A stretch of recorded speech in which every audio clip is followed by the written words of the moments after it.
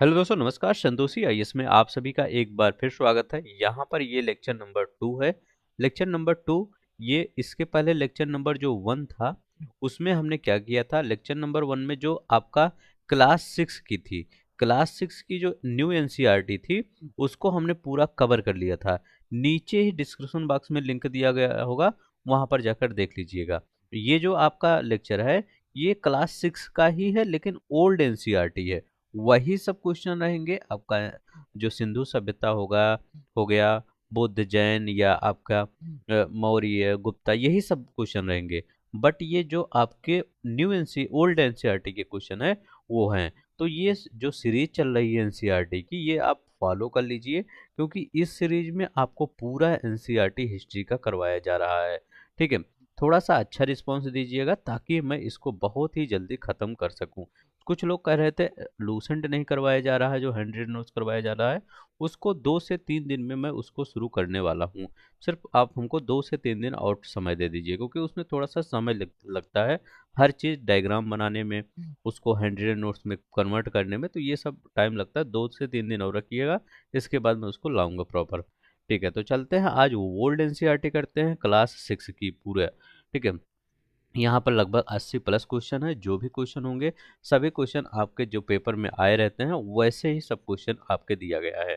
पहला क्वेश्चन देखते हैं हमारा क्या कर रहा है। पहला क्वेश्चन हमारा यहाँ क्या कर रहा है, पहला क्वेश्चन पढ़िए, देखिए। करें खाना बदोश मनुष्य के संदर्भ में निम्नलिखित कथनों पर विचार कर कीजिए। अब आप पूछेंगे ये खाना बदोश मतलब क्या होता है। खाना बदोश क्या होता है? खाना बदोश ये होता है कि जो भी, चाहे अभी प्रेजेंट टाइम में जनजातियां देखते होंगे या पहले के ज़माने में हमारे आदिमानव जो रहते थे वो देखते हैं, वो अपने खाने की तलाश में एक स्थान से दूसरे स्थान पर भटकते थे। मतलब खाने या शिकार की तलाश में एक स्थान से दूसरे स्थान पर भटकते थे। बट वो क्या कहते थे, झुंड में रहते थे। एक फिगर में आप देख रहे होंगे ये झुंड में रहते हैं। ठीक है, तो वो लोग अब यहीं पर कह रहे हैं आरंभ में लोग खाना बदोश थे। तो ये एकदम सही है, आरंभ में लोग खाना बदोश थे, क्योंकि वो भोजन की तलाश में क्या करते थे, भोजन की तलाश में एक स्थान से दूसरे स्थान पर झुंड बनाकर जाते थे। झुंड बनाकर क्यों जाते थे? ताकि जंगली जानवरों से जो खतरा उत्पन्न होता है उससे बचा सा, मतलब झुंड में रहेंगे तो खतरे से ये सब दूर रहेंगे। ठीक है, तो ये होता है। अब देखिए पहला तो एकदम सही है। ठीक है, आरंभ में लोग खाना बदोश ही थे। दूसरे कह रहे हैं वह लोग अकेले रहने के बजाय समूह में समूह बनाकर रहते थे। तो हमने यही ऊपर वाला ही कहा, जो हमने एक्सप्लेन किया, वो अकेले रहने के बजाय समूह बनाकर रहते थे। आज की तरह नहीं है कि आप ये मेट्रो में अगर बैठे हैं तो एक लोग इधर बैठे हैं एक लोग इधर, या बगल बगल बैठे हैं, कोई किसी से बात नहीं करता। ठीक है, मेट्रो की कंडीशन ये होती है। ठीक है, या मेट्रो सिटी की कंडीशन होती है। अब यहाँ देख रहे हैं आमतौर पर एक समूह में कुछ पुरुष होते थे, स्त्रियां और बच्चे होते थे। ठीक है, तो वो सभी होते थे, मतलब पुरुष स्त्रियां बच्चे सब कुछ होते हैं। तो यहाँ पर डी वाला आपका सही है, तो याद रख लेंगे डी वाला आंसर सही होगा आपका। चलते हैं अब नेक्स्ट क्वेश्चन देखते हैं हमारा क्या कह रहा है।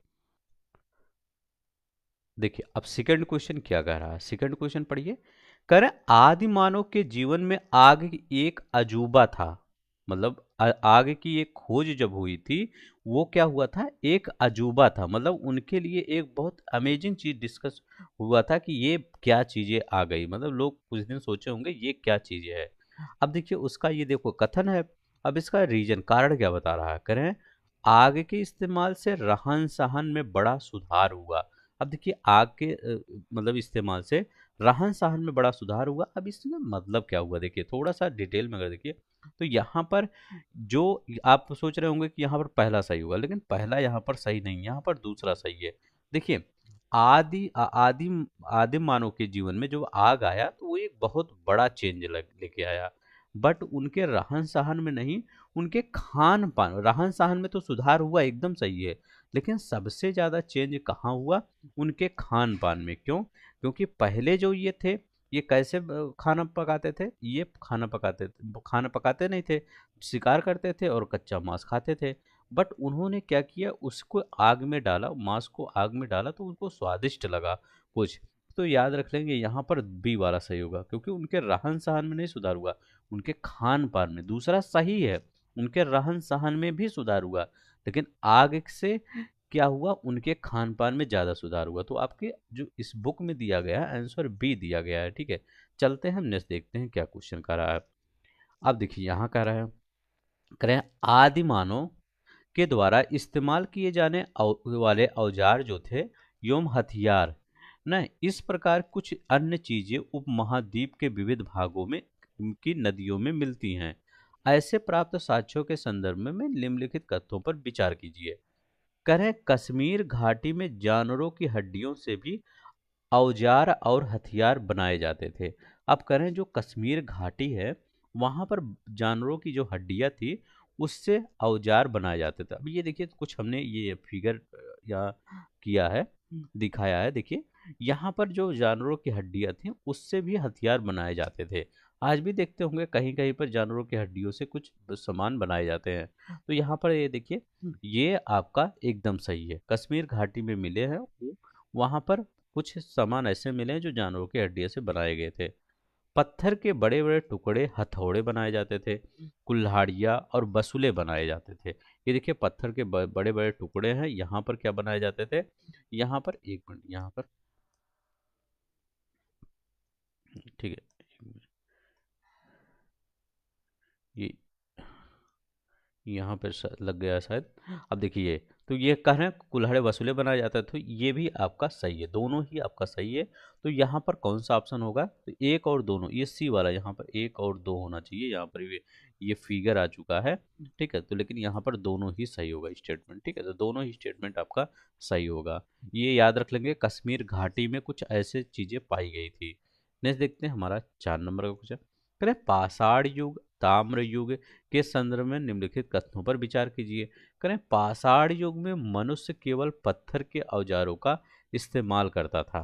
करें पाषाण जो युग है उसमें मनुष्य केवल पत्थर के। अब देखिए इसी से समझ में आ जाना चाहिए कि यहाँ जो पाषाण दिया गया है, पाषाण माने क्या होता है, स्टोन होता है। स्टोन मतलब क्या, पत्थर होता है। अब इस पत्थर में क्या है, पाषाण युग में ताम्र युग के संदर्भ में निम्नलिखित होता है। पाषाण युग में केवल पत्थर, एकदम सही है, पाषाण में तो पत्थर ही यूज होंगे ना। ये देखिए पत्थर की हर चीज बना ये पत्थर है, इसके नीचे लकड़ी लगा दिया गया है। ठीक है, ये देखिए पत्थर, इसके नीचे लकड़ी लगा दिया गया है। ठीक है, तो ये क्या है ये। अब देखिए ताम्र युग में मनुष्य ने पत्थरों के औजारों के साथ साथ धातुओं के औजारों का इस्तेमाल करना शुरू किया।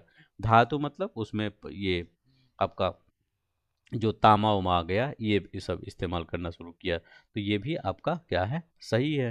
तो दोनों ही आपका सही है। ठीक है, यहाँ केवल सोच के ये मत सोचिएगा ये रॉन्ग है, रॉन्ग नहीं, ये राइट है। ठीक है, तो 1 और 2 दो बोथ आर करेक्ट। ठीक है, तो ये आपका कौन सा होगा, सी वाला होगा। ठीक है, नेक्स्ट देखते हैं हमारा क्या होगा। करें मनुष्य के द्वारा खोजी गई सर्वप्रथम धातु कौन सी थी। ठीक है, मेरे साथ ये जितनी पूरी हिस्ट्री है ये लगभग 20 दिन लगभग लगेगा हिस्ट्री का, लेकिन मेरे साथ अगर पूरा आप कंप्लीट कर लेते हैं तो ये बहुत ही आपके लिए आगे सही हो, क्योंकि हो सकता है बहुत से बच्चे ये जब हो सकता है आपके में कोई पेपर ना निकलता है तो कुछ लोग आ जाते होंगे, कहते होंगे आपने एनसीईआरटी नहीं पढ़ा है। ठीक है, आपने बहुत मेहनत किया लेकिन उन्होंने कह दिया होगा कि आप एनसीईआरटी नहीं पढ़े हैं। तो इसके लिए अगर आप नहीं पढ़ पा रहे हैं एनसीईआरटी तो यही कर लीजिए, जितने भी क्वेश्चन आपको दिए गए हैं इस बुक में, ठीक है, अच्छी बुक है, आप खुद ही ले सकते हैं, इस बुक को देख सकते हैं। ठीक है, उसको मेरे साथ पढ़ लीजिएगा। उस मैंने यहाँ पर उस क्वेश्चन को डाल दिया है, उसके नीचे जो एक्सप्लेनेशन रहता है वो मैं आपको मुंह से बोल के बता दे रहा हूँ। तो आपका सब कुछ तैयार हो गया, 1 से 2 बार वीडियो देख लेंगे आपका पूरा कंप्लीट हो जाएगा। अगर मनुष्यों द्वारा खोजी गई तो ये ताम्र, हम ताम्र युग नहीं कहते हैं, ताम्र युग आ गया। तो याद रखेंगे मनुष्यों द्वारा खोजी गई सर्वप्रथम धातु कौन सी थी, तांबा थी। ठीक है, तो अब तांबे में जैसे तांबा आ गया, अब इसी तांबे में दूसरी धातुएं मिलाई गई। ठीक है, तो इसमें जो दूसरी धातुएं ऐड कर दिया गया, तब क्या इसमें मिलकर बन गया, तो इसमें मिल गया रागा बन गया, रागा बन गया। रागा के बाद इसी से जस्ता बन गया, जब दूसरी धातु तांबे में मिला दिया गया तो ये जस्ता बन गया। केमिस्ट्री में पढ़े होंगे जस्ता कैसे बन गया, ये शीशा बनाया जाता था। ठीक है, इस युग में। ठीक है, तो ये मिश्र धातुएं बन मतलब मिलाने से जो मिश्र धातु बनी उन्हें कांसा का, कांसा भी ना, तांबा कांसा अलग होता ना, तो इसी तांबे में कुछ और मिश्र धातुएं मिला दिया गया जिससे कांसा बन गया। ठीक है, तो ये याद रख लेंगे, तांबा बना। मनुष्य द्वारा सर्वप्रथम क्या खोजी गया, तांबा। ये देखिए पुराने जमाने के, ये तो नए जमाने के लग रहे हैं। लेकिन ये वाले देखेंगे ये पुराने जमाने के हैं। ठीक है, चलते हैं हम यहाँ पर देखते हैं नेक्स्ट। अच्छा लग रहा होगा तो लाइक शेयर सब्सक्राइब करिएगा, थोड़ा सा मोटिवेशन बनाए रखिएगा। इस सीरीज को जल्दी ही खत्म कर दूंगा और लूसेंट भी मैं जल्दी ही शुरू करने वाला हूँ। मनुष्य द्वारा सर्वप्रथम प्रयुक्त अनाज कौन था? अभी हमने क्या देखा, पर सर्वप्रथम धातु कौन सा प्रयोग हुआ था? तो तांबा आप बताएंगे। ठीक है, पहले पत्थर के पहले तांबा, पहले पत्थर आया था, इसके बाद तांबा ही आया था, इसके बाद लोहा आया था ना। इसके बाद क्या है, प्रयुक्त अनाज कौन था? अब अनाज में आप कंफ्यूज होंगे कि कौन सा पहले कहें, हम जौ कहें कि मक्का कहें कि बाजरा कहें। तो आपका जौ, जौ क्या हुआ, पहले आया था, याद रख लेंगे जौ। जौ सबसे पहले प्रयोग किया जाने वाला है। ठीक है, तो जौ हुआ, गेहूं हुआ, यही सबसे पुराने हैं। चलते हैं नेक्स्ट देखते हैं। अब देखिए 7 नंबर क्वेश्चन, नवपाषाण युग के औजार और अन्य चीजों के संदर्भ में निम्नलिखित कथनों पर विचार कीजिए। कहें एक वजनदार डंडा जिसका इस्तेमाल जमीन खोदने के लिए होता था। करें एक वजनदार डंडा था जिसका इस्तेमाल किस लिए होता था? जमीन खोदने के लिए किया जाता था। तो ये एकदम सही है।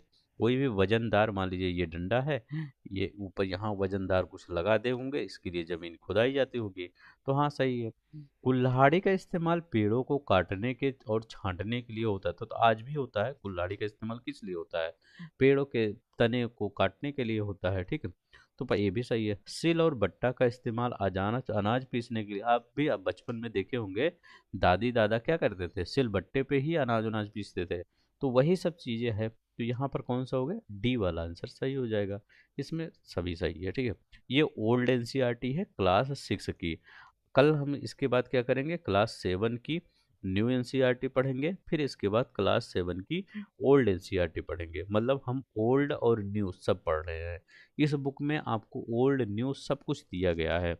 चलते हैं नेक्स्ट देखते हैं।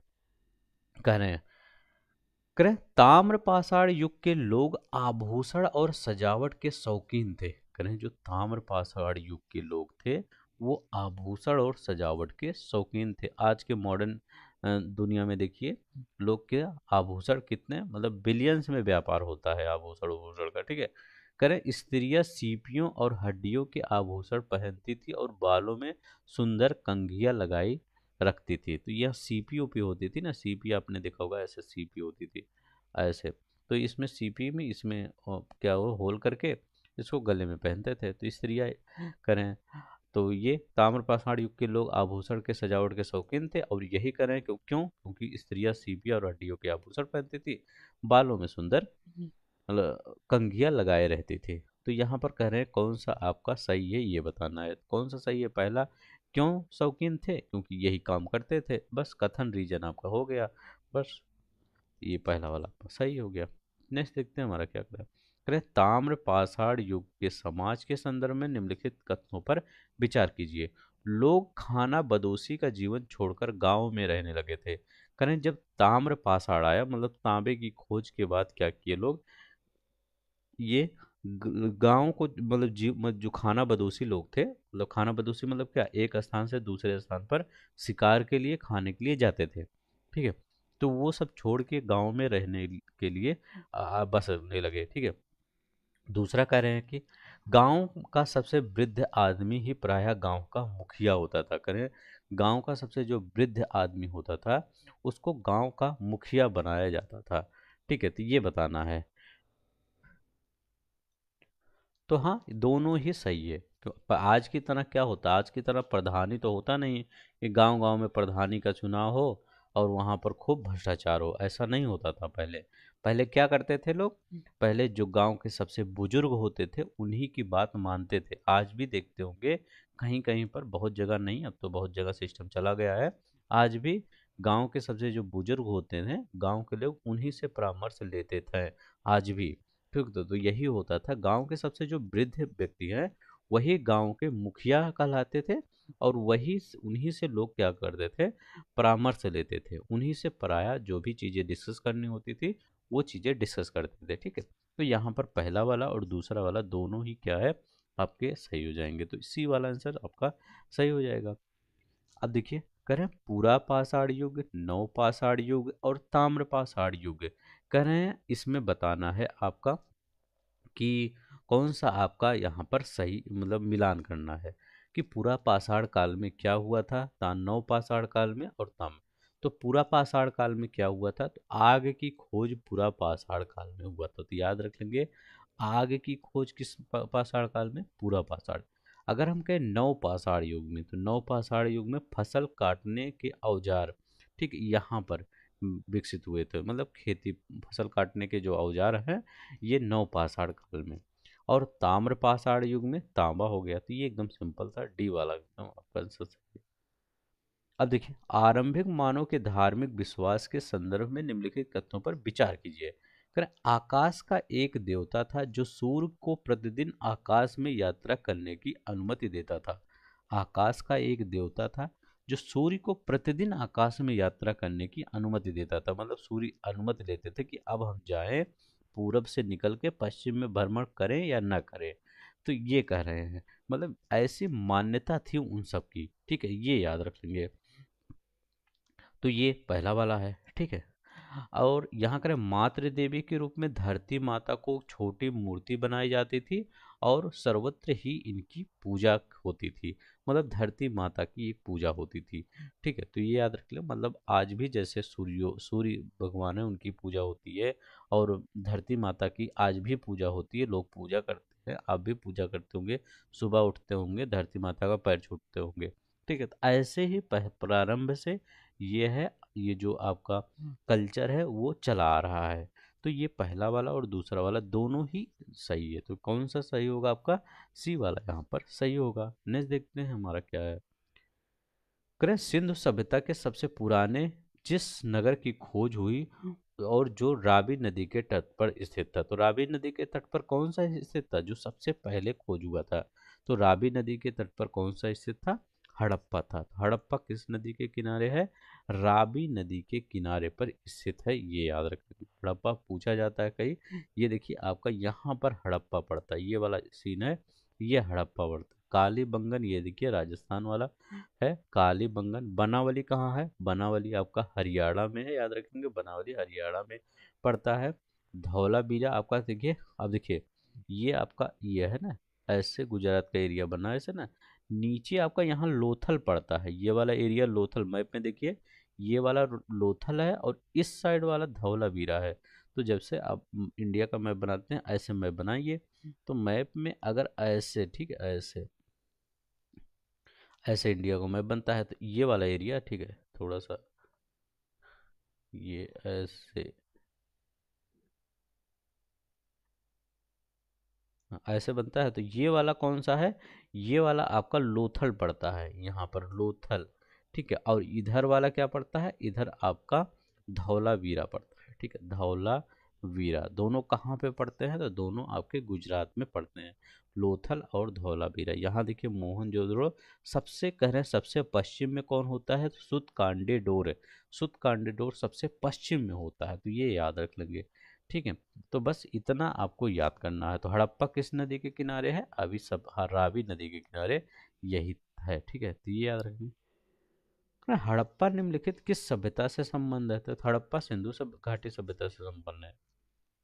यहाँ देखिए, करें निम्नलिखित में विचार कीजिए और कूट से सही करिए। मोहनजोदड़ो, हड़प्पा, रोपड़, कालीबंगा सिंधु घाटी सभ्यता के प्रमुख स्थल हैं। कह रहे हैं जो सिंधु घाटी सभ्यता है उसके कौन से स्थल हैं, तो मोहनजोदड़ो, हड़प्पा, रोपड़, कालीबंगा, ये।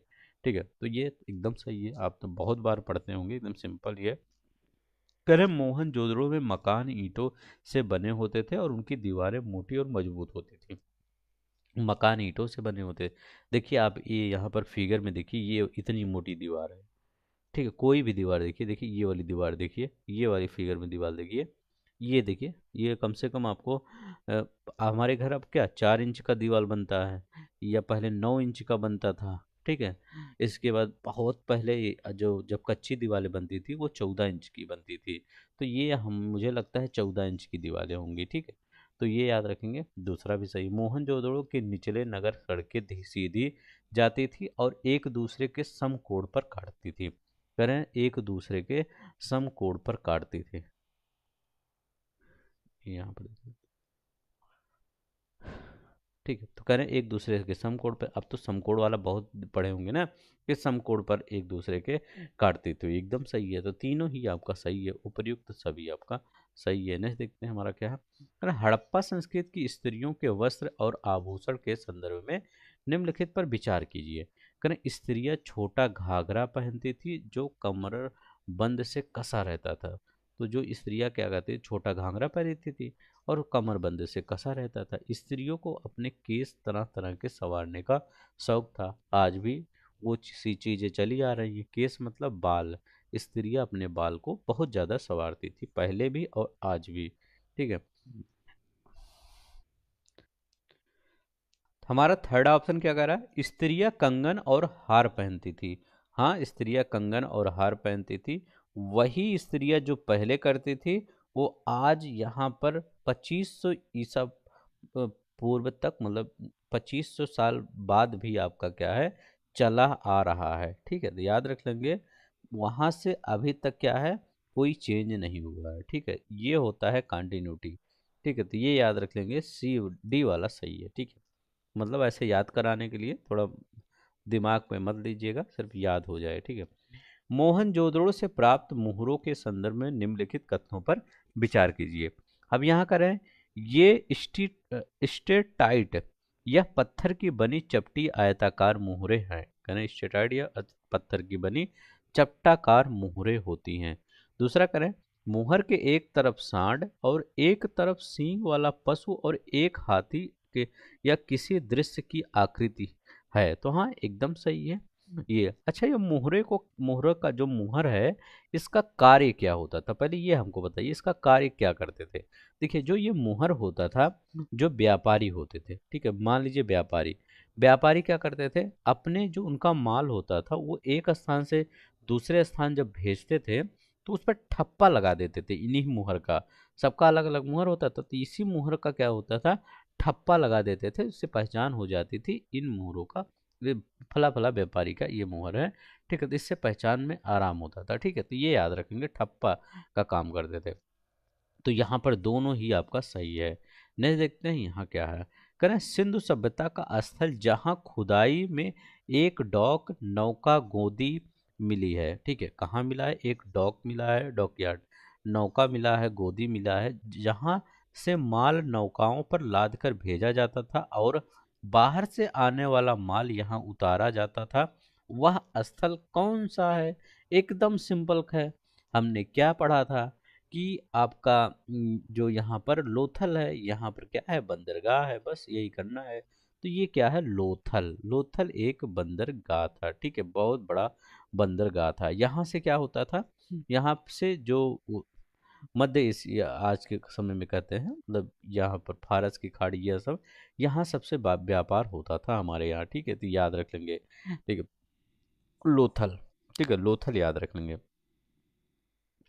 नहीं, देखते हैं, कर आर्यों के संदर्भ में निम्नलिखित कथनों पर व्यक्त किया। आर्य सबसे पहले पंजाब में बसे, धीरे धीरे वह दक्षिण पूर्व की ओर आगे बढ़कर दिल्ली से उत्तर प्रदेश में आबाद हुए। कहना ये कह रहे हैं, पहला स्टेटमेंट इनका ये कह रहा है, तो एकदम सही है। पहले वो पंजाब में बसे, धीरे धीरे दक्षिण पूर्व की ओर आगे बढ़े और दिल्ली के उत्तरी प्रदेश में आके दिल्ली के उत्तरी प्रदेश में आबाद हुई है। आरंभ में आर्य पशुचारी खाना बदोश लोग रहते थे। अरे प्रारंभ में वो क्या थे, वो थे पशुचारी, मतलब पशु को चराते थे, खाना बदोश मतलब एक स्थान से दूसरे स्थान पर, और वो पशुओं के बड़े बड़े झुंड पालते थे। करें, पशुओं के वो क्या करते थे, बड़े बड़े झुंड पालते थे। तो एकदम सही है। करें, आर्यों के बारे में हमें जानकारी उन सूक्तों में मिलती है जिनकी उन्होंने रचना की थी। उनकी जानकारी किसमें मिलती है, जिनकी उन्होंने रचना की थी। तो एकदम ये भी सही है। तो कौन सा सही है, डी वाला आपका सही है। तो याद रख लेंगे, डी वाला ही सही है, सब तीनों ही सही है। करें, आर्यों ने सूक्तों की रचना की थी। करें, आर्य जो होते थे उन्होंने सूक्तों की रचना की थी देवताओं की स्तुति में। उन्होंने किसकी रचना की थी, आर्यों ने क्या किया था, आर्यों ने सूक्तों की रचना की थी देवताओं की स्तुति में। ठीक, तो ये आपका पहला वाला सही हो जाएगा। नेक्स्ट देखते हैं हमारा क्या कह रहा है। करें सभा और समिति के संदर्भ में निम्नलिखित कथनों पर विचार कीजिए। ऐसे क्वेश्चन बहुत ज्यादा फ्रिक्वेंटली पूछे जाते हैं, तो चलते हैं यहाँ पर देखते हैं सभा और समिति के बारे में देखते हैं। अब देखिए यहाँ पर क्या रहे, समिति में कोई भी व्यक्ति अपनी स्पष्ट राय नहीं दे सकता था। कह रहे हैं समिति जो होती थी उसमें कोई भी व्यक्ति अपनी स्पष्ट राय नहीं दे सकता था। किसमें? कह रहे हैं समिति में। तो ये क्या कर रहे हैं, ये सही है या गलत है? तो ये एकदम आपका गलत है। ठीक है, तो गलत है एकदम है, क्योंकि समिति ऐसा नहीं था कि कोई व्यक्ति अपना स्पष्ट राय ना दे। दूसरा कह रहे हैं कौन सा सही पूछ रहे हैं, सभा चुने हुए लोगों की एक मतलब संस्था होती थी, ये कह रहे हैं। तो एकदम ये दूसरा वाला एकदम सही, सभा चुने हुए लोगों की एक छोटी संस्था। अच्छा, ये सभा और समिति होता क्या था, राजा जो होता था गांव के मुखियों से भी सलाह सलाह जो मशवरा किया करता था। मान लीजिए एक राज्य है, ये राज्य है, अब ये राजा है, तो गांव है, मान लीजिए छोटे छोटे इस राज्य में गांव है, ठीक है, मान लीजिए योगी जी मुख्यमंत्री है तो राजा हो ये, और जो जिले हैं, ठीक है, जिले हैं, उस जिले के जो आपके सांसद होंगे, ठीक है, तो मुखिया समझ लीजिए, उनसे क्या होगा, जो राजा होता था वो डिस्कस करता था इन मुखियों से, ठीक है, जो सलाह मशवरा लेता था। और यहाँ पर कुछ चीजें बनाई जाती थी, जिसमें समिति बनाई जाती थी और सभा बनाई जाती थी। समिति क्या होती थी, समिति में कोई भी व्यक्ति, जो समिति होती थी उसमें कोई भी व्यक्ति अपनी स्पष्ट राय दे सकता था। जो क्या होता था, अपनी स्पष्ट राय कोई भी व्यक्ति, इसमें क्या कहा, समिति में कोई भी व्यक्ति अपनी स्पष्ट राय नहीं दे सकता था। नहीं नहीं, ये दे सकता था। समिति ऐसा चीज थी जिसमें कोई व्यक्ति अपनी स्पष्ट राय दे सकता था। और जो सभा होती थी, ये कुछ ऐसे लोगों की सभा होती थी जो चुने हुए, जैसे यहाँ पर सांसद के लोगों का एक दल बैठे यहाँ पर, ठीक है, कहाँ पर बैठे, मान लीजिए ये लोकसभा वाले में, ठीक है, लोकसभा में। तो ऐसे सभा होती थी, एक छोटी संस्था होती थी, ये याद रख लेंगे। ठीक है, समिति सभी लोग अपना राय दे सकते थे। तो ये पहला वाला गलत है, दूसरा वाला से बी वाला आंसर सही होगा। यहाँ देखते हैं, करें प्रारंभिक वैदिक कालीन आर्यों का मुख्य व्यवसाय क्या था। करें प्रारंभिक वैदिक आर्यों का मुख्य, पहले तो पशुपालन होता था, इसी पशु के लिए झगड़ा लड़ाई होती थी। ठीक है, चलते हैं, नहीं देखते हैं, सिंपल क्वेश्चन था। करें वैदिक काल में लोहे के उपयोग के संदर्भ में निम्नलिखित कथनों पर विचार कीजिए। भारत में लोहे का उपयोग 1000 ईसा पूर्व के कुछ पहले शुरू हुआ। हाँ सही है। इससे बने औजार से गंगा घाटी के जंगलों को साफ कर किया गया। हाँ, जो पहले देखिए जो औजार बनते थे उससे क्या होता था, जो घाट जंगल थे उसे साफ करना उसको आसान नहीं था। लेकिन अभी मैं कहूँ कि आप जाइए पत्थर के औजार से 10 मतलब 2-3 पेड़ की टहनी काट लीजिए, काट पाएंगे? नहीं काट पाएंगे। लेकिन जैसे ही लोहा का डेवलप हुआ, लोहा का विकास हो गया, वैसे क्या हुआ, काम करना, जंगलों को साफ करना, शिकार करना, ये सब बहुत ही आसान हो गया। जिससे क्या हुआ, ज़्यादा ही इकोनॉमिक डेवलपमेंट हुआ पूर्वजों का हमारे। ठीक है, तो क्या हुआ, इससे बने औजारों से गंगा की घाटी और जंगलों को साफ किया गया, जिससे क्या होगा, व्यापार को और सुगम बना दिया। जिससे जंगल कटे तो व्यापार व्यापार और सुगम नहीं हो गए, मतलब एक रास्ता बन गया, नहीं तो पहले कोई जाता ही नहीं था व्यापार करने, इतने जंगल थे। तो पहला वाला और दूसरा वाला ये दोनों ही सही है, तो इसी वाला आपका सही है। नेक्स्ट देखते हैं हमारा क्या करा है। करा देखिए, यहाँ पर वैदिक देवता दिए गए हैं और उनके कुछ सुमेलित कार्यों के सुमेलित दिए गए हैं। अब हम दयो किसको कहते हैं, कह रहे हैं हम दयो अगर कहते हैं तो हम दयो किसको कहेंगे, तो दयो क्या होता था, दयो आकाश के देवता थे, तो आकाश के देवता को दयो कहा जाता था। ठीक है, दयो मतलब क्या होता है, आकाश के देवता।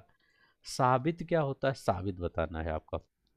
साबित क्या होता है, सावित्री है ना, सूर्य की प्रेरक शक्ति का देवता।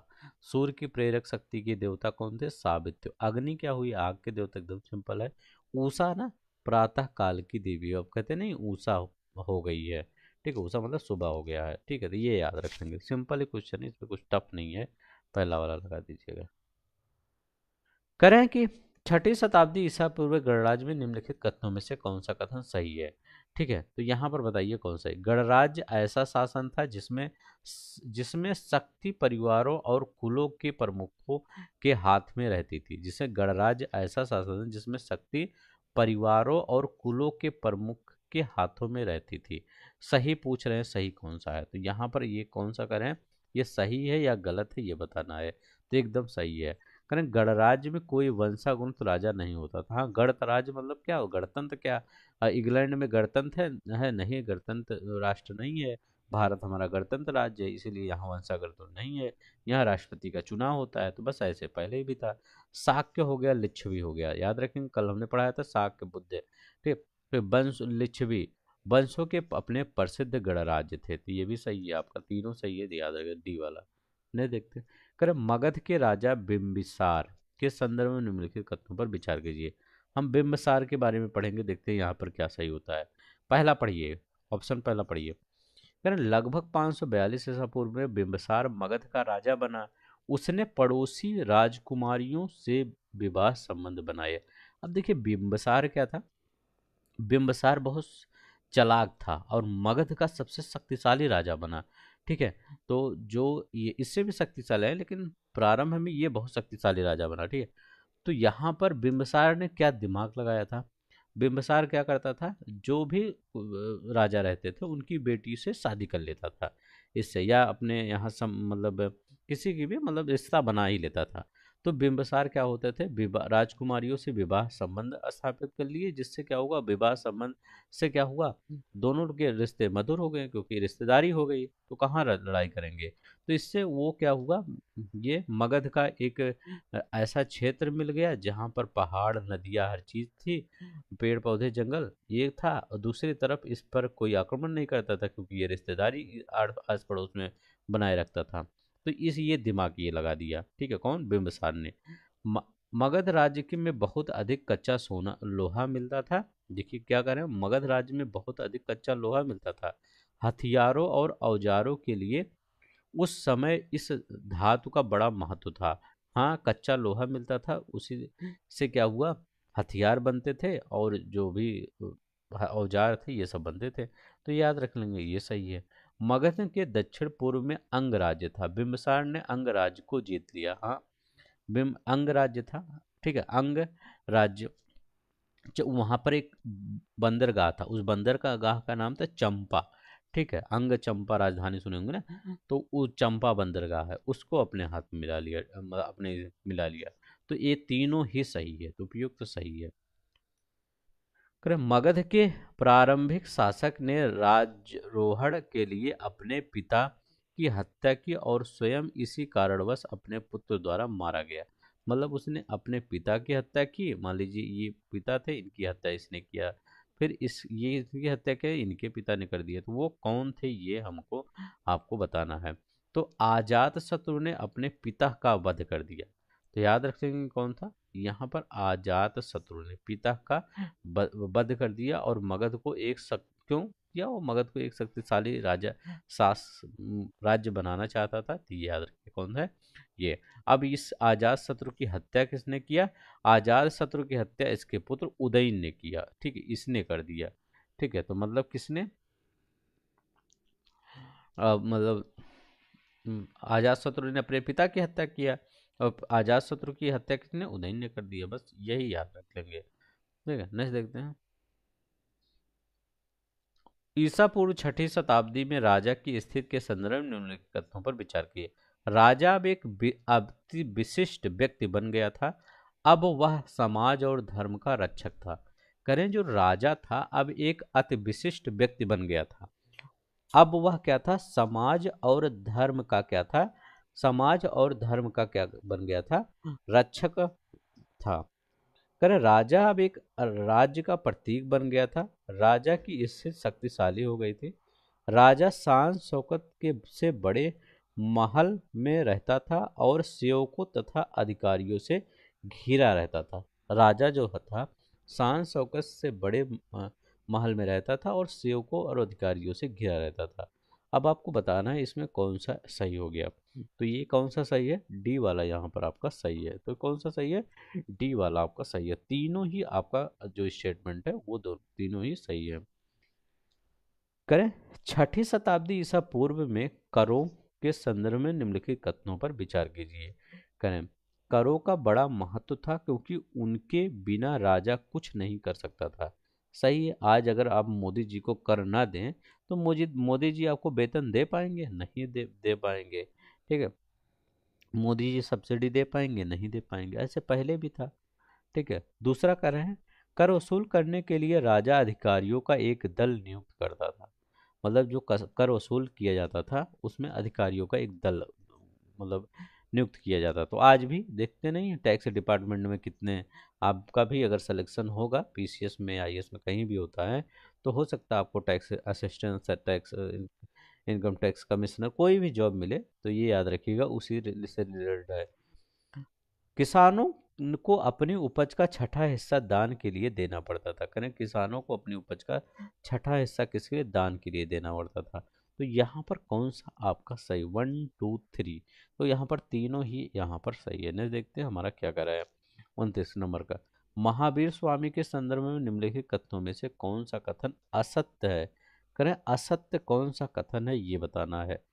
अब करें, इनका जन्म पूर्व छठी शताब्दी में लुम्बिनी में हुआ। हमने तो नहीं सुना है कि महावीर स्वामी का जन्म लुम्बिनी में हुआ था। एक लोग का लुम्बिनी में जन्म हुआ था, लेकिन महावीर स्वामी का नहीं। ये गौतम बुद्ध जी का जन्म हुआ था। तो याद रखेंगे इनका जन्म आपका कहाँ हुआ था? लुम्बिनी में, ना कि महावीर। ये तो पहला वाला स्टेटमेंट गलत है। असत्य पूछ रहा है तो ये गलत हो गया। अब तीनों बढ़िया से पढ़ लीजिए। उन्होंने घर छोड़ दिया और कई वर्षों तक जीवन से संबंधित प्रश्न ढूंढते रहे। हाँ, एकदम सही। उन्होंने 23 तीर्थकारों के उपदेश का समर्थन किया और उनमें अपने विचार भी जोड़े। उन्होंने अपने उपदेश आम जनता की बोली में दिए, संस्कृत में नहीं। जो आम जनता की बोली थी प्रकृति, उसमें उन्होंने क्या किया था? अपने उपदेश को दिया था। तो याद रख लेंगे उन्होंने क्या किया था? आम जनता की बोली में दिया था। ठीक है, तो ये याद रख लेंगे। ये भी सही, ये भी सही, ये भी सही, पहला वाला गलत है। बुद्ध का जन्म हुआ था, तो कह रहे हैं बुद्ध का जन्म कहाँ हुआ था? तभी हमने बताया था बुद्ध का जन्म लुम्बिनी में हुआ था। तो याद रख लेंगे कहाँ पर? लुम्बिनी में बुद्ध का जन्म हुआ था। किस कुल में हुआ था बुद्ध का जन्म? शाक्य कुल में हुआ था। ये भी याद रख लेंगे। किस कुल में हुआ था? शाक्य कुल में बुद्ध का जन्म हुआ था। नहीं, देखते हमारा क्या करें। मौर्य वंश की स्थापना के संदर्भ में निम्नलिखित कथनों में से कौन सा सही नहीं है? करें, जो मौर्य वंश की स्थापना के संदर्भ और मौर्य शासन साम्राज्य आ गया उसके बारे में। आज वाला और कल वाला अगर वीडियो आप देख लेते हैं तो लगभग लगभग आपका जो एनसीईआरटी पूरी तरह से दिमाग में छा जाएगा। कोई क्वेश्चन पूछेगा यही सबसे आएगा। एक बार आप बेसिक ये कॉन्सेप्ट समझ गए, एनसीईआरटी का क्वेश्चन आंसर के ही फॉर्म में अगर समझ गए, तब भी आपको, जो लोग एनसीईआरटी नहीं पढ़े हैं, लगभग 80% चीज़ें यहीं ही क्लियर हो जाएंगी। आपको कुछ ज़्यादा पढ़ना नहीं है। एनसीईआरटी आप बेसिक बुक पढ़िए। ठीक है। हाँ, 2 3 दिन में हम आपका जो 2025 का पेपर हुआ था, अभी जिसका रिजल्ट आया है, उसका जो प्री वाला एग्ज़ाम था, ठीक है, उसका जो 2025 का प्री वाला एग्ज़ाम है, उसका पेपर मैं आपको करवाने वाला हूँ पूरा डिटेल में। अब पूछेंगे पेपर तो अभी क्यों करवा रहे हैं, पेपर तो बहुत पहले हो गया है। पेपर ये करवाऊंगा, उसमें मैं आपको पूरा सोर्स बताऊंगा, हर एक क्वेश्चन का सोर्स बताऊंगा कि ये क्वेश्चन आया कहाँ से है। ठीक है, हर एक क्वेश्चन का सोर्स बताऊंगा, ताकि 2026 की जो तैयारी कर रहे हो उनको पता होना चाहिए कि क्वेश्चन पीसीएस में पूछा कहाँ से जा रहा है। आपका पीसीएस 25 से 26 में जाने में आसानी हो जाए, और 26 में आप क्या है, एक अच्छी सी जॉब सिक्योर कर सकें। देखिए पहला यहाँ करें। अब देखिए सही नहीं है। करें, ईसा पूर्व 4वीं सदी में मगध पर नंद राजाओं का शासन था। ठीक है, करें, ईसा पूर्व 4वीं सदी में मगध पर नंद राजाओं का ये शासन था। तो ये करें सही है कि नहीं? तो हाँ सही है। पहले नंद राजाओं का शासन था, फिर ये आए, ये चंद्रगुप्त मौर्य ने चाणक्य की मदद से महापद्मानंद को हराकर क्या है, गद्दी पर बैठे। मगध है उत्तर भारत का सबसे शक्तिशाली राज्य था। सही है, अभी हमने बताया मगध, वहाँ कच्चा लोहा बहुत ज़्यादा मिलता था। ठीक है, इसीलिए सबसे शक्तिशाली था। अब देखिए, चंद्रगुप्त मौर्य ने अपनी सेना का संगठन किया और नंद राजा घनानंद को पराजित किया। तो याद रख लेंगे, चंद्रगुप्त मौर्य ने अपनी सेना का संगठन किया और उन्होंने नंद राजा घनानंद को पराजित किया। सही है। घनानंद एक लोकप्रिय राजा था। नहीं, ये लोकप्रिय राजा नहीं था, जनता भी इससे त्रस्त थी। ठीक है, अगर जनता जिससे खुश नहीं रहती उसका हारना बहुत लगभग लगभग तय रहता है, क्योंकि कोई भी अगर आक्रमण करता है तो जनता उतना सपोर्ट नहीं करती है। इसीलिए क्या है, आसानी से हरा दिया गया चंद्रगुप्त के द्वारा घनानंद को। ठीक है, तो डी वाला एकदम गलत है आपका, और सब आपका सही है। ठीक है, नेक्स्ट देखते हैं हमारा क्या करें। करें, यूनानी राजा सिकंदर 326 ईसा पूर्व में पंजाब पर हमला किया था। करें, सिकंदर ने क्या किया था, 326 ईसा पूर्व में पंजाब पर हमला किया था। सिकंदर ने हकमनी सम्राट, करें सिकंदर ने हकमनी सम्राट को हराकर अपने साम्राज्य को जीत लिया था। हकमनी सम्राट को हराकर अपने साम्राज्य को जीत लिया था सिकंदर ने, ये भी सही है। हराकर उसके साम्राज्य को जीत लिया, अपने नहीं। सिकंदर की मृत्यु 323 ईसा पूर्व में हुआ था। कह रहे हैं सिकंदर की जो मृत्यु हुआ था वो कहाँ हुआ था, वो 323 ईसा पूर्व में हुआ था। तो यहाँ पर कौन सा आपका ऑप्शन सही है ये बताइए। तो तीनों ही ऑप्शन आपका सही है। कह रहे चंद्रगुप्त मौर्य के संदर्भ में निम्नलिखित कथनों पर विचार कीजिए। करें, पहला स्टेटमेंट में करें, चंद्रगुप्त ने सेल्यूकस निकेटर को 305 ईसा पूर्व में हरा दिया था। पहला स्टेटमेंट ये है, हाँ एकदम सही है। चंद्रगुप्त ने सेल्यूकस निकेटर को 305 ईसा पूर्व में हरा दिया था। देखिए कहीं कहीं ये डेट अलग दिया होगा, लेकिन जो एनसीईआरटी में दिया गया है यही दिया गया है। चंद्रगुप्त का शासनकाल समाप्त होने तक समूचा उत्तर भारत मौर्यों के अधीन आ गया था। तो ये भी एकदम आपका सही है। तो कौन सा सही है, सी वाला आपका एकदम सही है, याद रख लेंगे सी वाला। नेक्स्ट देखते हैं हमारा क्या है।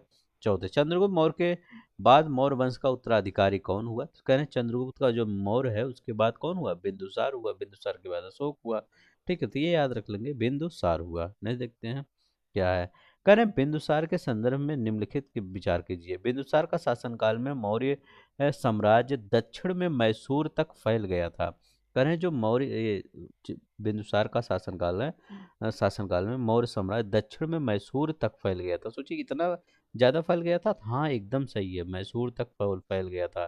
ठीक है, पहला एकदम सही है। बिंदुसार की दक्षिण के राज्यों में के साथ मैत्री थे, मतलब बिंदुसार मित्रता बनाए रखा था। ठीक है, दक्षिण के राज्यों के साथ, ये भी एकदम सही है। केवल कलिंग प्रदेश, उड़ीसा और सुदूर दक्षिण के राज्य उसके साम्राज्य में नहीं थे। करें जो कलिंग प्रदेश था वो उसके साम्राज्य में नहीं थे। था कलिंग जब अशोक आया, उसका पौत्र, पौत्र मतलब ये कौन था, हाँ, ये यहाँ चंद्रगुप्त का पौत्र होगा अशोक ना। ये बिंदुसार का तो बेटा होगा ना। तो इसका जब बेटा आया तो ये क्या किया, अशोक कलिंग जो को जीत लिया। ठीक है, यहीं से तो अशोक अपना पूरा चेंज कर लिया था, मतलब कि अब हम लड़ाई से दूर रहेंगे। तो याद रखेंगे सी वाला भी सही है। तो डी वाला एकदम सही। ऐसे स्टेटमेंट आपके पीसीएस में, आईएएस में अब आने लगे हैं। ठीक है, स्टेटमेंट टाइप क्वेश्चन ये पढ़ा करिए। ठीक है, तीनों स्टेटमेंट कौन सा सही है इस बार देखते हैं। इस बार तो ज़्यादा फैक्ट आया था, लेकिन कभी ऐसे क्वेश्चन आ जाते हैं, आईएएस के क्वेश्चन में अक्सर आ जाते हैं। अशोक के कलिंग युद्ध के संदर्भ में निम्नलिखित पर विचार कीजिए। करें अशोक ने कलिंग कलिंग को जीतकर अपने शासन में मिला लिया। करें अशोक ने क्या किया, कलिंग को जीता और अपने शासन में मिला लिया। ये ना पिछला क्या क्या था, अशोक ने कलिंग को जीता अपने शासन में मिला लिया।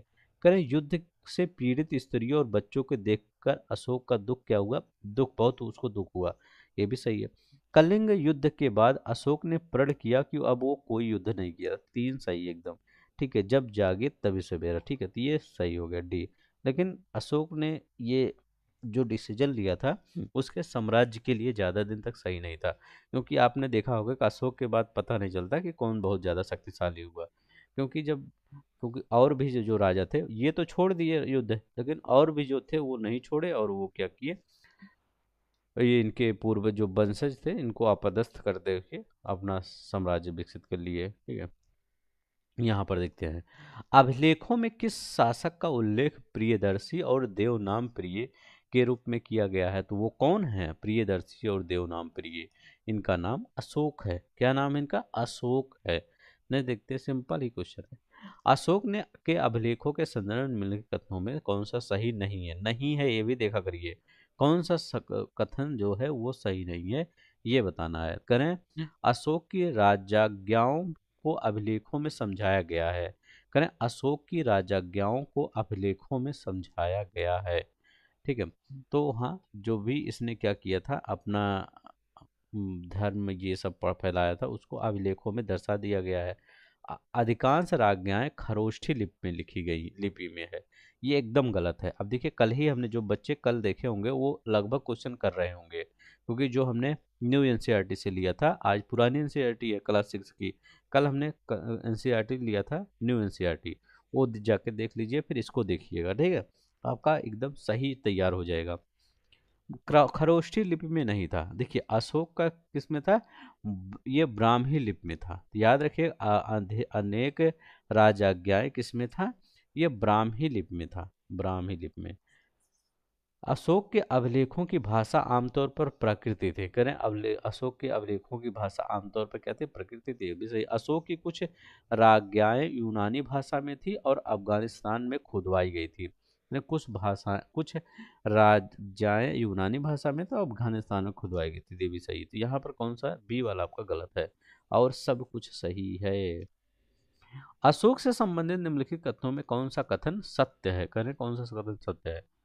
वह इंसानों और पशुओं की हत्या पर रोक लगाने के विरुद्ध था। करें जो अशोक है वो इंसानों और पशुओं की हत्या पर रोक लगाने के क्या था, रोक लगाने के विरुद्ध था। इसकी इच्छा थी कि विभिन्न धर्मों के अ, वह इंसानों और पशुओं की हत्या पर रोक लगाने के विरुद्ध था। ओ ये देखिए, ये यहाँ पर मिसअंडरस्टैंडिंग हुआ। मतलब रोक लगाने के विरुद्ध, इसका मतलब क्या हुआ, रोक लगाने के विरुद्ध नहीं था, वो फेवर में था। ये वाला आपका गलत होगा, ठीक है, गलत होगा। देखिए, ऐसे ही यहाँ पर हिंदी थोड़ा सा उल्टा पूछ के दे दिया गया, ठीक है। इंसानों और पशुओं के हत्या, वो चाहता था कि जो इंसानों या पशुओं की हत्या होता था क्रूर, उसको ना किया जाए उसके राज्य में, ठीक है। लोग मांस ओंस ये सब ना खाएं, ठीक है। याद है, उसका कहता था कि रसोई घर में प्रतिदिन 2 मोर और 1 हिरन राजा के लिए पकाए जाते थे। इस पर उन्होंने क्या किया, रोक लगा दिया। पहले यही होता था, रसोई घर में 2 मोर और 1 हिरन राजा के लिए पकाया जाता था, बट इसने रोक लगा दिया, और पशुओं की बलि पर भी उन्होंने रोक लगा दिया। तो विरुद्ध नहीं था, ये याद रख लेंगे, विरुद्ध नहीं था। तो ये तो एकदम गलत हो गया, ठीक है। तो ये देखा करिए कैसे पूछ रहा है, कितना घुमा के। वह इंसानों और पशुओं की हत्या के रोक के विरुद्ध था, नहीं, विरुद्ध नहीं था, वो चाहता था कि रोक लग जाए, मेनली जब कलिंग का युद्ध हो गया इसके बाद, ठीक है। इसकी इच्छा थी कि विभिन्न धर्मों के अनुयायी आपस में शांति और सौहार्द बनाए रहे, सही है। उसने युद्ध न करने का वचन दिया था, एकदम सही है। उसने धार्मिक अनुष्ठानों और पशुओं बल पर प्रतिबंध लगाया, एकदम सही है। अब देखिए 40 नंबर, कला के संबंध में निम्नलिखित कथनों पर विचार कीजिए। अशोक की राजज्ञाएं चट्टानों और बलुआ पत्थरों के ऊंचे स्तंभों में खोदी गई थी। मतलब जो अशोक की राजज्ञाएं, मतलब धम्म से रिलेटेड जो चीजें थी, प्रत्येक स्तंभ के सिरे पर हाथी, सांड और सिंह की प्रतिमा बनाई गई थी। करें हाथी, सांड और सिंह की प्रतिमा बनाई गई थी, तो एकदम सही है, ठीक है। देखिए, अशोक स्तंभ जो भारत का वो है आपका चिन्ह, वो भी ऐसे कुछ है। चलते देखने देखते हैं। करें कौटिल्य ने अर्थशास्त्र में समझाया है कि, पहला स्टेटमेंट क्या रहा है, एक अच्छे शासन का संगठन किस प्रकार किया जाए। मतलब कौटिल्य के अर्थशास्त्र में समझाया गया है ये, कि एक अच्छे शासन का संगठन किस प्रकार किया जाए, मतलब इसमें ये समझाया गया है। तो एकदम सही है। अर्थशास्त्र में ये मत समझिएगा ये इकोनॉमिक्स की बुक थी, इसमें पैसा लेना देना ये समझाया गया, ऐसा कुछ इसमें नहीं था। ये एडमिनिस्ट्रेटिव के बारे में था, कि मतलब किस प्रकार से शासन व्यवस्था को किया जाए, ये इसमें मेन था, ठीक है। दूसरा करें, किस प्रकार योजनाबद्ध रूप में राजस्व, ये राजस्व जो धन अर्जित वाला कोई दिक्कत नहीं है, यहाँ अर्थपूर्ण, यहाँ ये सब काट दीजिएगा। जहाँ पर एक शासन की व्यवस्था आ जाएगा, वहाँ अर्थशास्त्र आता है, ठीक है। इन्हें देखते हैं, पूछा जाता है कि कौटिल्य की पुस्तक अर्थशास्त्र। करें मौर्य साम्राज्य 100 से कुछ अधिक साल तक टिका रहा, और अशोक की मृत्यु के बाद वह छिन्न भिन्न होने लगा। मौर्य साम्राज्य के विघटन के प्रमुख कारण कौन थे। करें मौर्य साम्राज्य का जो विघटन हो गया उसके प्रमुख कारण कौन थे, ये आपको बताना है। तो इसके प्रमुख कारण देखते हैं कौन कौन थे। पहला कारण है अशोक के उत्तराधिकारी दुर्बल थे और वे साम्राज्य का शासन अच्छी तरह से संभाल ना सके। सही है, उसके उत्तराधिकारी क्या थे? दुर्बल थे, जो जो शासन काल था वो अच्छी तरह से नहीं संभाल सके। विशाल सेना और विशाल प्रशासनिक सेवा का खर्च उठाने के लिए भी भारी धन की आवश्यकता थी। तो हाँ, उतना विशाल विशाल सा सेना अशोक ने बना दिया था, लेकिन उसके लिए धन की आवश्यकता चाहिए तो थी नहीं वो। ठीक है, लूटपाट ये सब बंदी कर दिया था ये अशोक। तो ये भी आपका दूसरा भी सही है। साम्राज्य के विभिन्न प्रदेश अत्यधिक दूरी पर स्थित होने के कारण प्रशासन और संपर्क स्थापित करने में कठिनाई होती थी। तो ये भी सही है। तो तीनों ही आपका सही है। करें सातवाहनों के वंश परिवार के संदर्भ में निम्नलिखित कथनों पर विचार कीजिए। अब देखिए गौतमी पुत्र सतकर्णी वाला, ठीक है, सबसे महान सब। तो ये भारत 200 ईसा पूर्व से 300 ईस्वी तक जो चला था भारत का, ये इससे संबंधित क्वेश्चन है।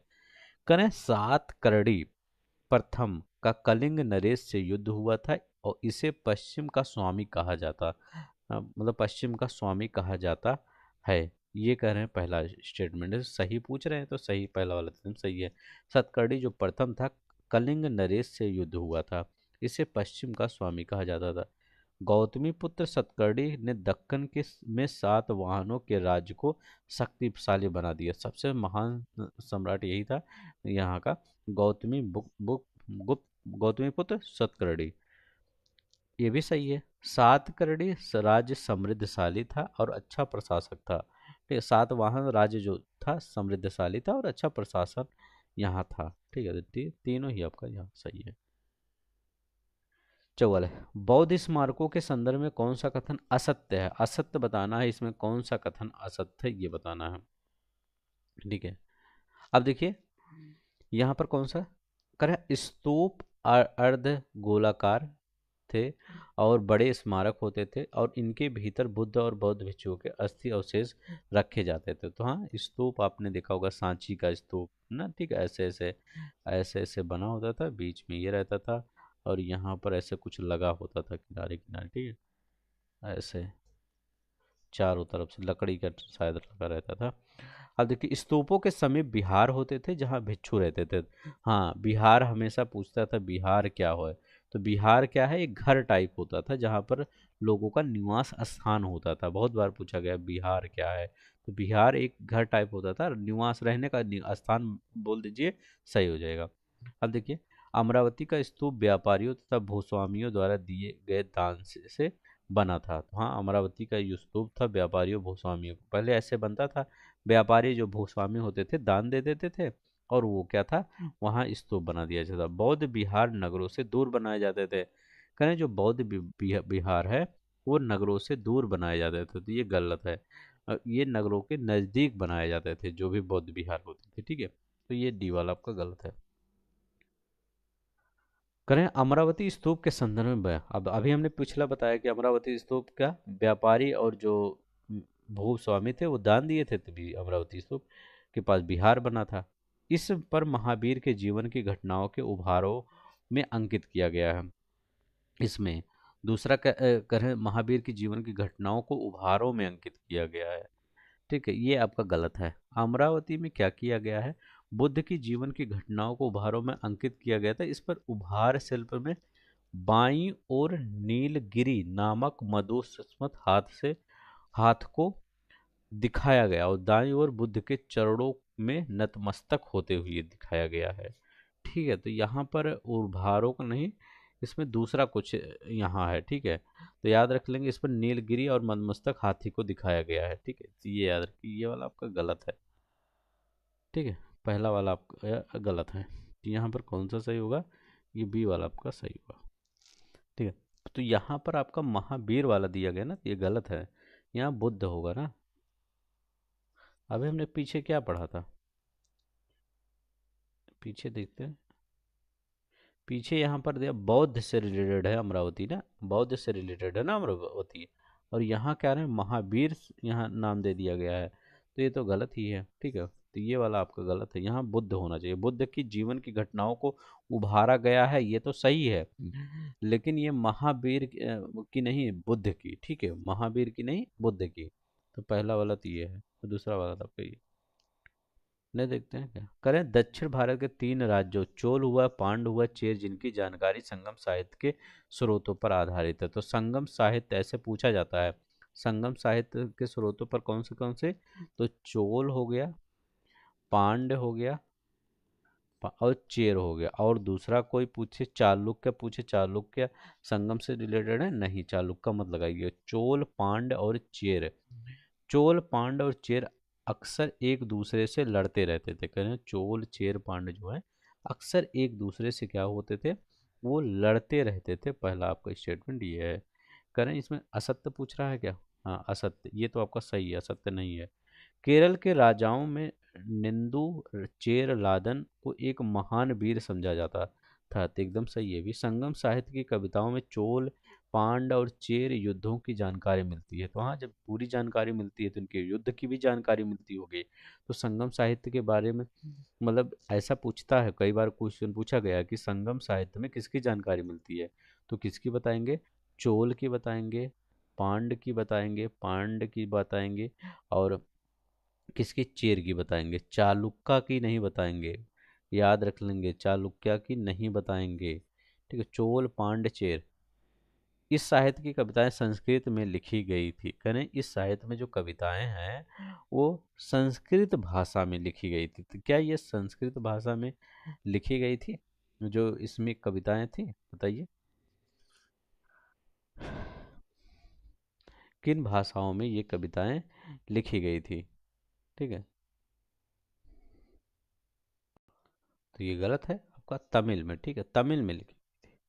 नहीं देखते हैं क्या है।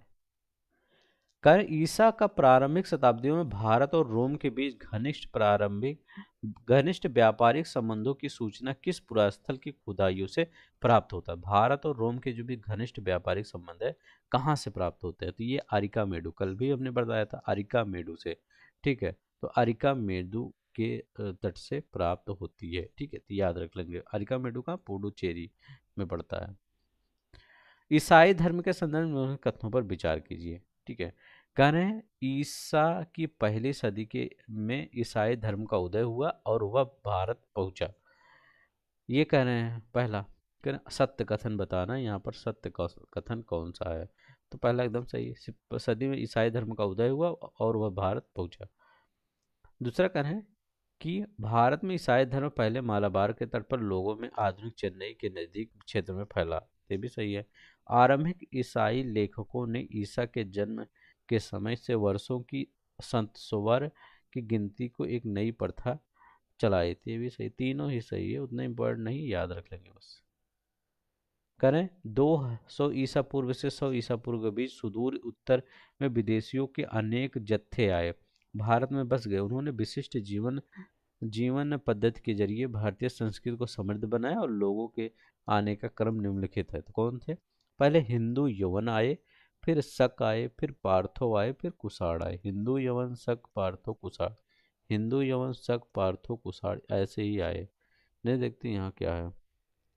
करें हिंद यवनों के संदर्भ में निम्नलिखित कथनों पर विचार कीजिए। उन्होंने गंधार प्रांत पर शासन किया। करें क्या है, उन्होंने गंधार प्रांत पर शासन किया, पहला ये हो गया।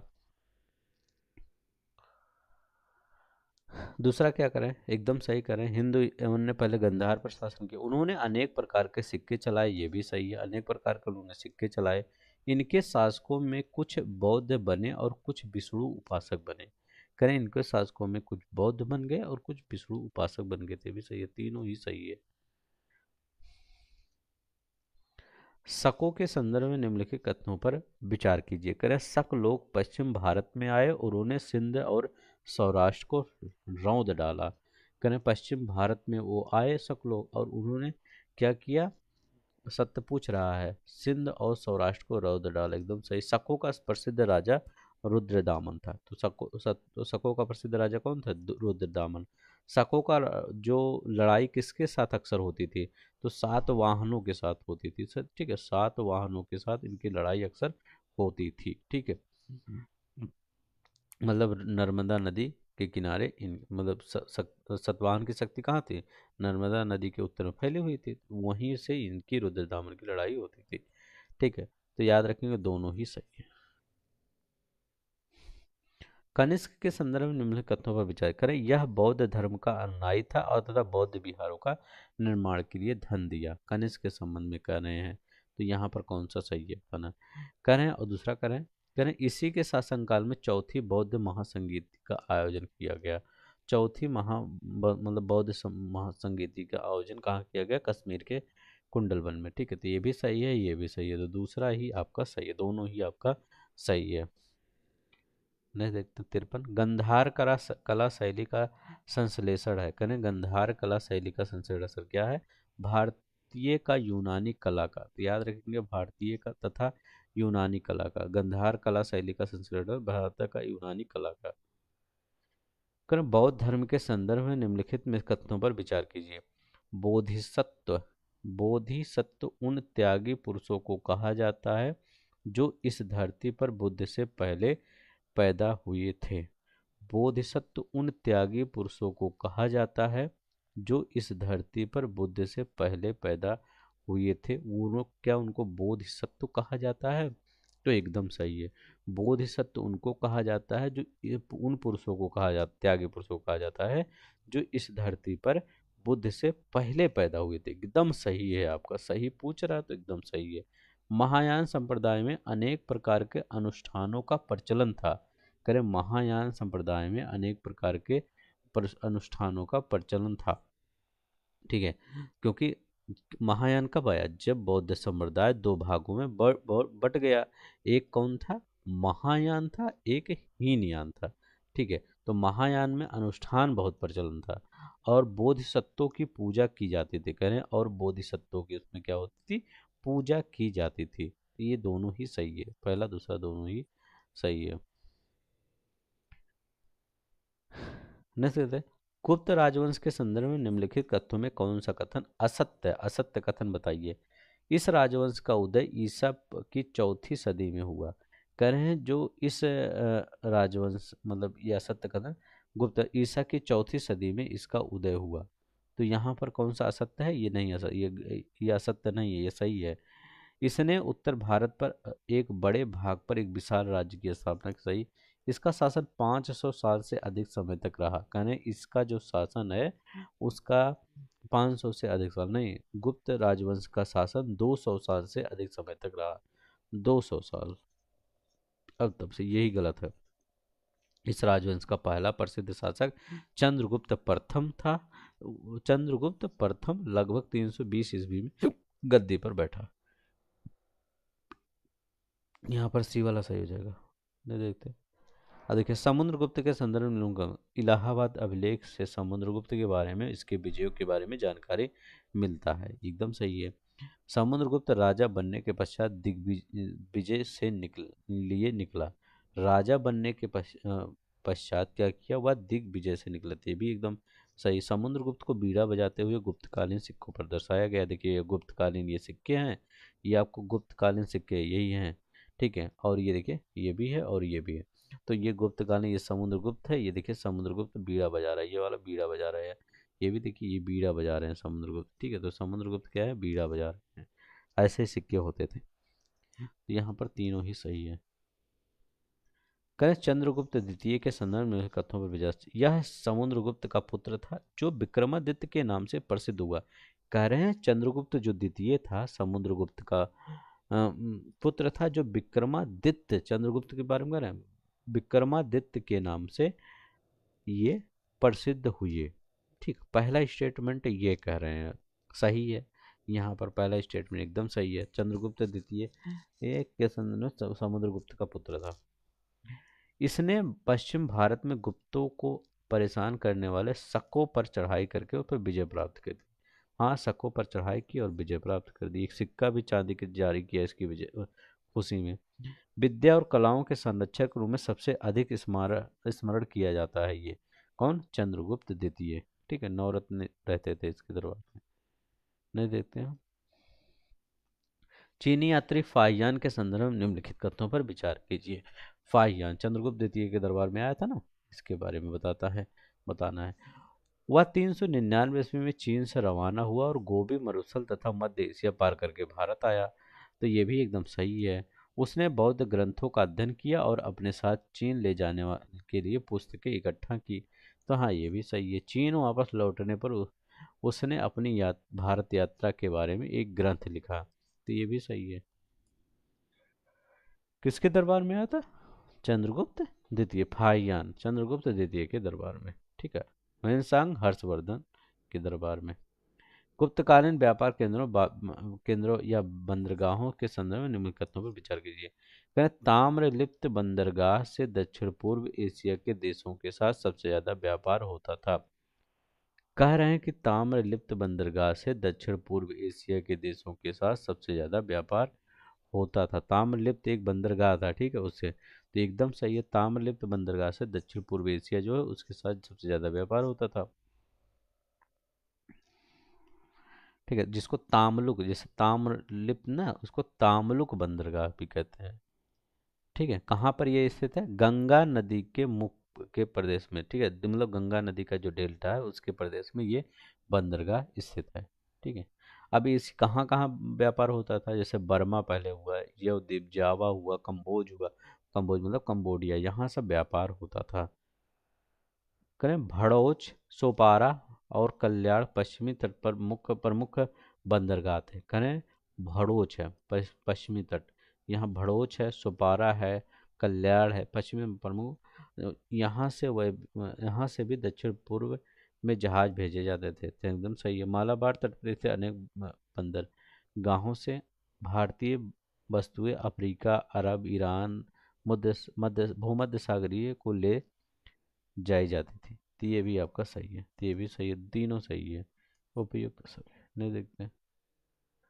करें गुप्तकालीन धर्म के संदर्भ में निम्न कथनों पर अरब ने हिंद के निवासियों के लिए हिंदू शब्द इस्तेमाल किया। हिंदू लोग शिव, शक्ति और विष्णु के उपासक थे। पहला ये कर रहे हैं हम स्टेटमेंट। ठीक है, पहला स्टेटमेंट बताइए ये। तो दूसरा क्या सही नहीं है? तो पहला सही है। गुप्त नरेश विष्णु के उपासक नहीं थे। नहीं, गुप्त नरेश विष्णु के उपासक थे। ठीक है, तो ये तो गलत है।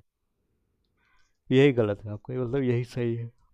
देवताओं की मूर्ति की पूजा के लिए छोटे छोटे देवगृह बनने लगे थे। रामायण और महाभारत जैसे पुराने ग्रंथ और कुछ पुराण इस युग में जोड़े अथवा पुनः लिखे गए थे। ये भी आपका सही है।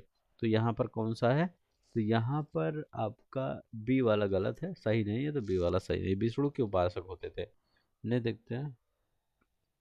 करें गुप्त काल में वास्तुकला के संदर्भ में निम्नलिखित कथनों पर विचार कीजिए। करें सांची में बौद्ध स्तूप के पास इस काल का बना हुआ एक कच्छ का मंदिर है।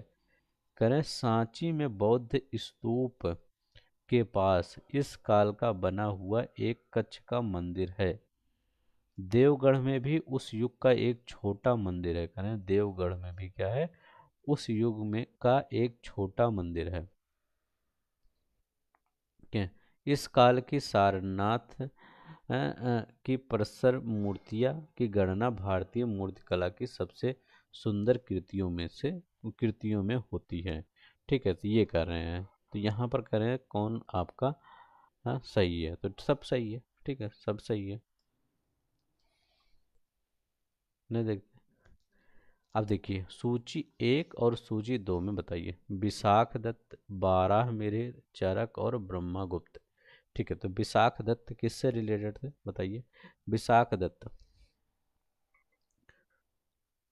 तो विशाख दत्त किससे रिलेटेड थे? तो विशाख दत्त याद रख लेंगे आपके नाटक से। ठीक है, विशाख दत्त। ठीक है, मुद्रा राक्षस जिसके इनके नाटक थे, तो विशाख दत्त मुद्रा राक्षस बहुत बार पढ़े होंगे आप। ठीक है, तो विशाख दत्त क्या है? मुद्रा राक्षस। ये नाटक से संबंधित है। ठीक है, ये याद रख लेंगे। अब देखिए यहाँ पर क्या थे? बारह मिहिर। तो बारह मिहिर याद रख लेंगे। बारह मिहिर जो थे ये किससे रिलेटेड थे? तो बारह मिहिर किससे रिलेटेड थे? तो ये खगोल विज्ञान से रिलेटेड है। अगर हम चरक की बात करते हैं, ये चिकित्सा से रिलेटेड थे। याद रख लेंगे, चिकित्सा से। ब्रह्मागुप्त क्या थे? ये गणित से रिलेटेड थे। याद रखेंगे, गणित से रिलेटेड थे। ठीक है, तो अच्छा ये बताइए चरक जो थे वो कनिष्क के राजवैद्य थे। राजवैद्य मतलब आयुर्वेद के विद्वान थे। ठीक है, तो किसके दरबार में? कनिष्क के दरबार में थे।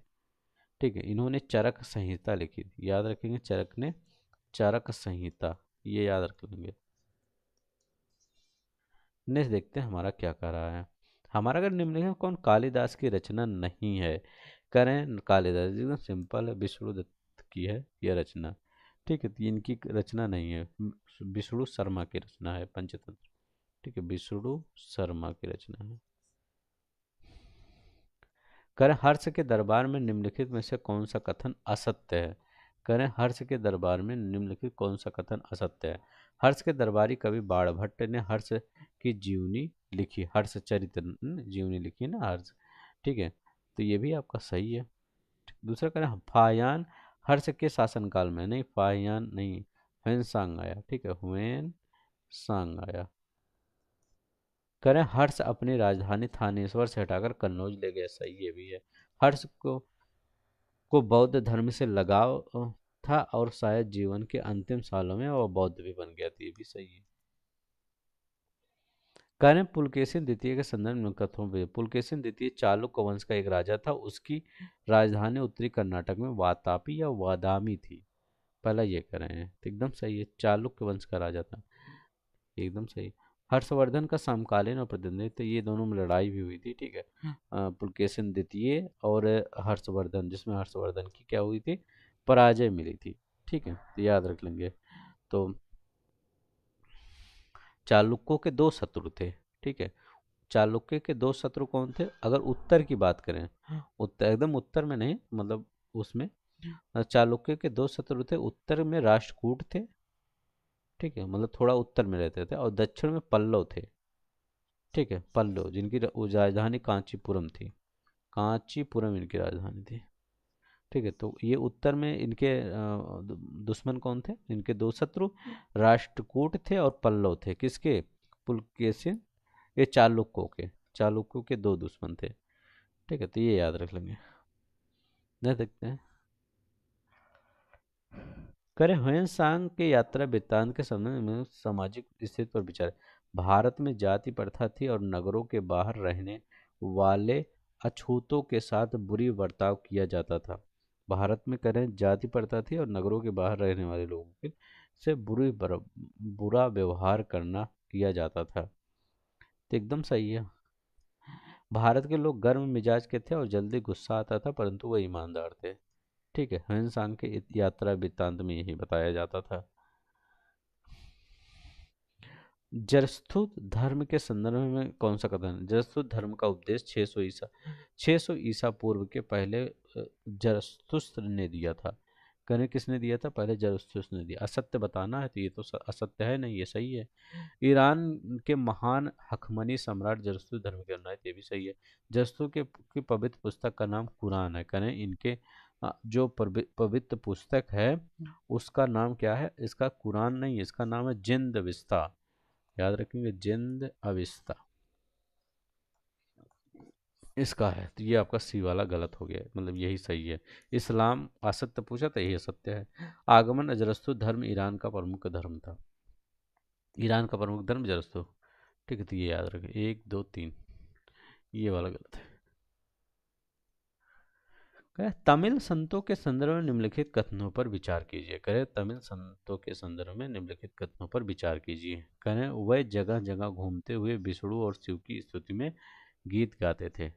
अलवार, एक अलवार होते थे, अलवार, एक नयनार होते, दक्षिण भारत में ये ज़्यादा प्रचलित। अलवार कौन थे, विष्णु के उपासक थे, और नयनार कौन थे, ये शिव के उपासक थे। तो याद रखेंगे, ये नयनार शिव के उपासक थे और अलवार विष्णु के उपासक थे।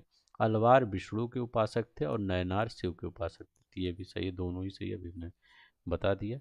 नहीं देखते हैं हमारा क्या है। पल्लव राजाओं के शासनकाल के दौरान निर्मित मंदिरों के संदर्भ में निम्नलिखित कथनों पर विचार कीजिए। महाबलीपुरम का रथ मंदिर कुछ विशाल चट्टानों को काटकर बनाया गया था, जबकि कांचीपुरम का मंदिर प्रशस्त, मतलब पत्थर खंडों उससे बनाया गया था, पत्थर के खंड से बनाया गया था। तो ये बताना है ये आपका कौन सा सही है।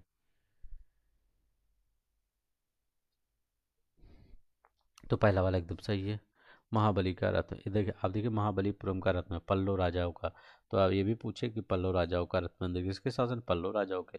महाबलीपुरम का रथ मंदिर पल्लव राजाओं के शासनकाल में।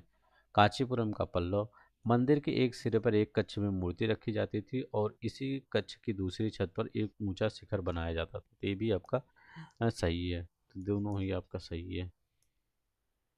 फिर अंकोट वाट और बोरोबदूर के मंदिर के संदर्भ में निम्नलिखित कथनों पर विचार के कंबोडिया के अंकोर वाट के नजदीक बयान में भव्य बौद्ध स्तूप का निर्माण हुआ।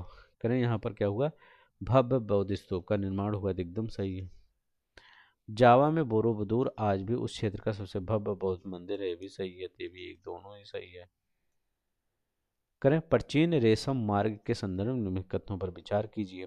करें चीन और पश्चिम एशिया के बीच का व्यापारी मार्ग मध्य एशिया से होकर जाता था। चीन और पश्चिम एशिया के बीच का व्यापारी मार्ग मध्य एशिया से होकर जाता था। पहला ये स्टेटमेंट ये बोल रहे हैं। दूसरा करें भारतीय व्यापारी पश्चिम के ईरान, अरेबिया और मिस्र देश के बाजारों से परिचित थे। ठीक है, तो ये दोनों कह रहे हैं, इसमें कौन सही है, दोनों ही सही है। नहीं देखते, कर पैगंबर मोहम्मद के संदर्भ में कथनों पर कौन सा कथन असत्य असत्य कथन? इनका जन्म अ, इनका जन्म ईसा की 6ठी शताब्दी के अंत में अरब में हुआ था। करें इनका जन्म असत्य पूछ रहे हैं यहाँ पे, तो ये तो असत्य नहीं है, सही है, 6ठी शताब्दी अरब में हुआ था। इन्होंने नए धर्म इस्लाम का परिवर्तन किया, ये भी सही। मुस्लिम संवत हिजरी 622 ईस्वी में प्रारंभ हुआ। करें हिजरी मुस्लिम संवत जो था 622 ईस्वी में प्रारंभ हुआ। ये भी। इनकी मृत्यु 832 में, करें इनकी मृत्यु जो हुई थी वो 832, इनकी मृत्यु 832 में हुई। ये कथन क्या है, ये गलत है, इनकी मृत्यु 832 में नहीं हुई। जब ये समाप्ति थी 832 में, कैसे हो गया, ये तो गलत है आपका, डी वाला गलत है। अरबों ने सिंध पर विजय प्राप्त कब की? करें अरबों ने सिंध पर विजय कब प्राप्त की, ये बताना। 712 में। ठीक है, अरबों ने सिंध पर विजय कब प्राप्त किया? 712 में। ठीक है, तो ये याद रखेंगे, 712 में। ठीक है, देखिए और क्वेश्चन नहीं, बस इतना ही क्वेश्चन आपका था। अब हम नेक्स्ट आपका लेक्चर होगा हमारे अतीत, याद रखेंगे, अतीत हमारे अतीत पार्ट सेकंड। ठीक है, तो पार्ट पार्ट हमारे अतीत पार्ट फर्स्ट मतलब वीडियो के नीचे दिया होगा, वहाँ से जाइए देख लीजिए। और यहाँ पर कल आपका हमारे अतीत सेकंड ये होगा। ये कौन सी बुक है? क्लास 7th की बुक है, एनसीईआरटी। ठीक है, न्यू एनसीईआरटी क्लास 7th की। ठीक है, जितने भी क्वेश्चन होंगे इनको मैं करवाऊंगा। ठीक है, तो चलते हैं, आज के लिए बस इतना ही। अगर अच्छा लगेगा तो प्लीज़ लाइक शेयर सब्सक्राइब कर देंगे, ताकि मैं इस बुक को बहुत जल्द से जल्द ख़त्म कर सकूं। आज के लिए बस इतना ही। अपना ख्याल रखिएगा। जय हिंद, जय भारत।